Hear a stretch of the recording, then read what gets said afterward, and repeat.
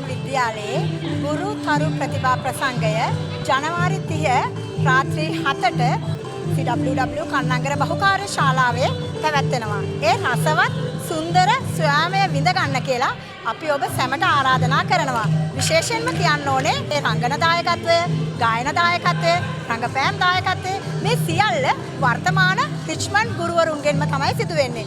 මේකෙදි අපි ඔප්පු කරලා පෙන්නනවා අපේම ආදරණීය පුතාලට ගුරුවරු කියන්නේ දක්ෂතා බොහෝමයක් තියෙන පිරිසක් බව. ඒකම එයාලට තියෙන සෞන්දර්ය දේවල් අපි ප්‍රායෝගිකව මේ විදුහල් භූමියේ මේ කන්නංගර ශාලාවේ ලස්සනට ඔපමට්ටම් කරලා පෙන්නනවා.